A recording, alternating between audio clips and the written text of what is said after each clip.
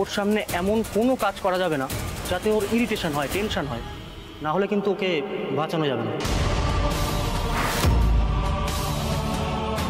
দয়া করে কথাটা মাথায় রাখবে। আর প্রেসক্রিপশনটা আমি তোমাকে মেসেজ করে দিচ্ছি, টাইমলি ওষুধগুলো খাওয়াবে। আর যেটা বললাম, তুমি ওর ওয়াইফ, তাই রিয়াংশ যাতে ভালো থাকে এটা কিন্তু সম্পূর্ণ তোমার দায়িত্ব। এটা কিন্তু আমি ডক্টর হিসেবে নয়, রিয়াংশের বন্ধু হিসেবে বললাম। আমি ওর খেয়াল রাখবো, আমি ওকে যত্ন করে সুস্থ করে তুলব। ভেরি গুড, আসি।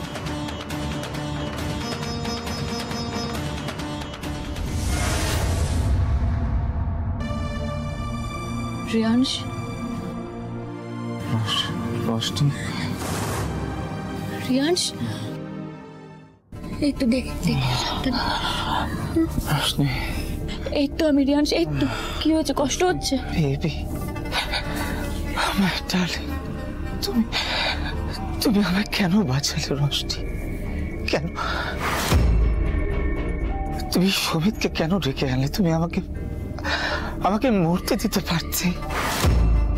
আমি এখন করছি এত টাকা পাবো রোশনি? আমার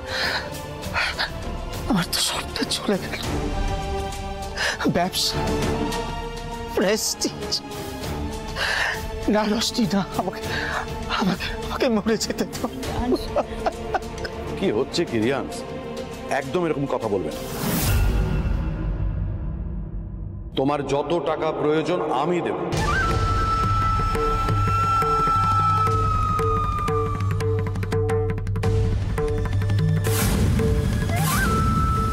ঋষি, আমার ফোনটা নাও। রিয়াংশের অ্যাকাউন্ট ডিটেলস আমার ব্যাংকে বেনিফিশিয়ারি অ্যাড করা আছে। তুমি এক্ষুনি 50 লাখ টাকা ওকে ট্রান্সফার করো, ইমিডিয়েট।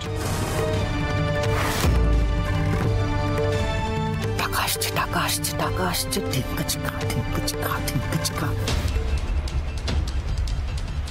3, 2, 1।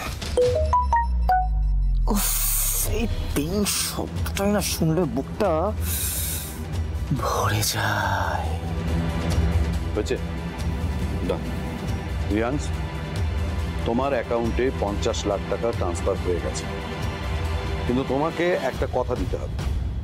তুমি এরকম হঠকারী সিদ্ধান্ত আর কোনোদিন নেবে না। Thank you uncle, thank you so much. আমার বাবা এটা করতো না যেটা আজ আপনি করলেন। Thank you Roshni. আমরা দুজনে মিলে আমার ব্যবসাটাকে আবার দাঁড় করাবো। তুমি প্লিজ এইভাবেই আমার পাশে থেকো। থাকবো।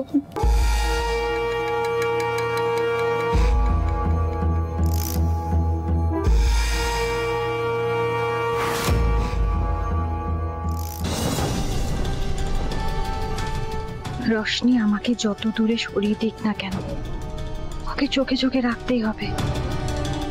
রিয়াংশকে আমি এতটুকু বিশ্বাস করি না।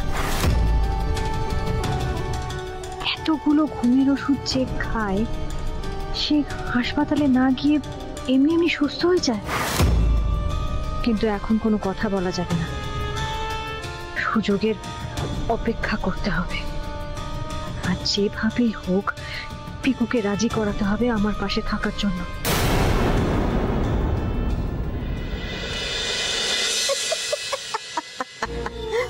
কিরে ফুলকলি, মুখটা এখন ঝুলে আছে কেন রে? কি কপাল তোরা, কত বড় লোকের বাড়ির বউ তুই। তোর এখন আমাকে সেবা করেই দিন কাটছে। আহারে ফুলকলি, মুখ ফাটছে, কিন্তু কেলানির ভয়ে মুখ ফুটছে না। ও দিদি, তুমি কাউকে সাগরিত করবে নাকি? কি গো পার্বতী দি, তুমি কি ফুলকলির মায়ায় পড়ে গেলে না কি গো? তোরা এসব বেকারের পটর বন্ধ করবি। এই যে বিউটি কুইন, এই যে তোকে আমরা দিনরাত রগড়াচ্ছি না এখানে, সব বন্ধ হয়ে যাবে। তুই না এখানে বিন্দাস থাকতে পারবি, তোকে এখানে কেউ ঘাটাবে না, যদি তুই আমাদের একটা কথা শুনিস। কি কথা? তোর শ্বশুর তো হেব্বি মালদার, কিছু মাল করি ছাড় না রে। তোকে আমরা এখানে রানীর মতো করে রাখবো। এই ছাড় ছাড় ছাড়। আরে বল না, আরে বল না, আরে ফুলকলি বল,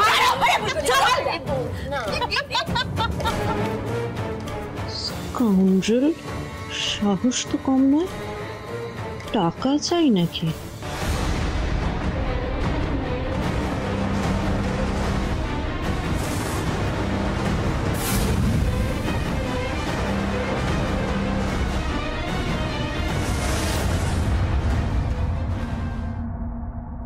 টাকা দেবো।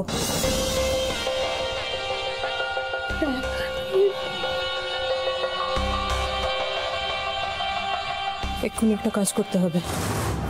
কি করতে হবে বল না মরণ, মালকড়ি পেলে না সব করে দেব। চুপ, হাসতে আমাকে এক্ষুনি মারা শুরু করো।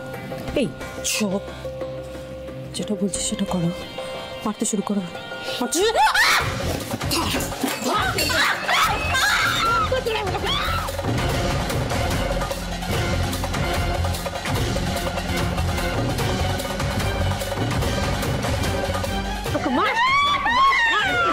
মেহুলি, মেহুলি, কি হচ্ছে? কেউ আছেন আপনারা? ওদের প্লিজ দেখুন, ওরা আরো টর্চার করে, প্রচুর মারধর করে নিচ্ছে আমাকে। আমাকে প্লিজ এখান থেকে, আমি পারছি না, আমি এটা কি করি?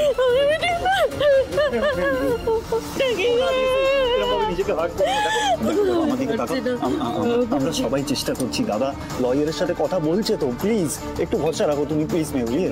না দাদা লয়ার দিয়েছি, আমার কথা শোনো। দাদা লয়ারের উপর ভরসা নেই, আমার দাদার উপর ভরসা নেই। তুমি কিছু একটা করো না, আমাকে বার করো, আমাকে খুন করে মেরে ফেলবে। তুমি আমার কথা শোনো, তুমি বিশ্বাস করো, দাদার উপর আমার ভরসা আছে মেহুলি। দেখো আমাকে কোথায় কোথায় মেরেছে, কোথায় কোথায় মেরেছে আমাকে, প্লিজ আমাকে, আমার বিশ্বাস। আমার চোখ খুলে গেছে মেহুলি। এতদিন তুমি দাদা বৌদিকে নিয়ে যা যা বলেছো সেগুলো সব মিথ্যে, সেগুলো ঠিক হয়নি। আমাদের দুজনেরই ভুল হয়েছে।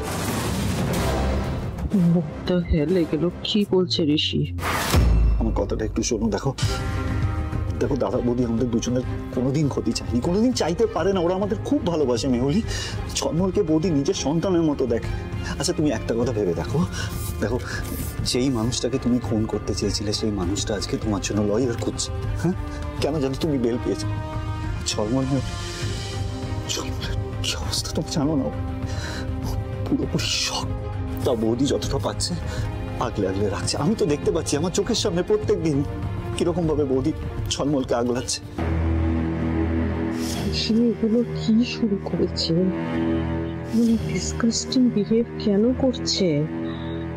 দেওয়ার লক্ষণ এসেছে জানো।